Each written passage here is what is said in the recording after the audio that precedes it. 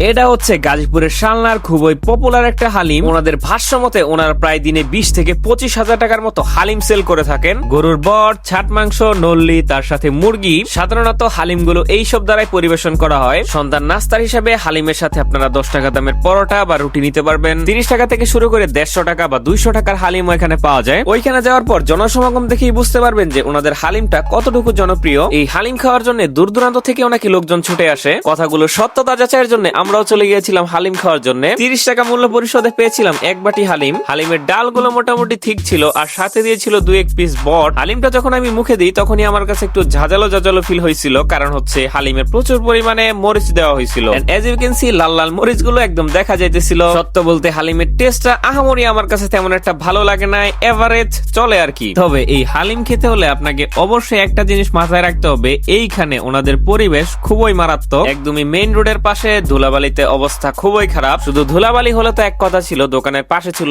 আবর্জনা। যাই হোক, স্ট্রিট ফুডে এত আহামরি হাইজিন এক্সপেক্ট করা যায় না। স্ট্রিট ফুডের খাবারগুলো খেতে হলে এইসব বিষয় মেনে নিয়েই খেতে হয়।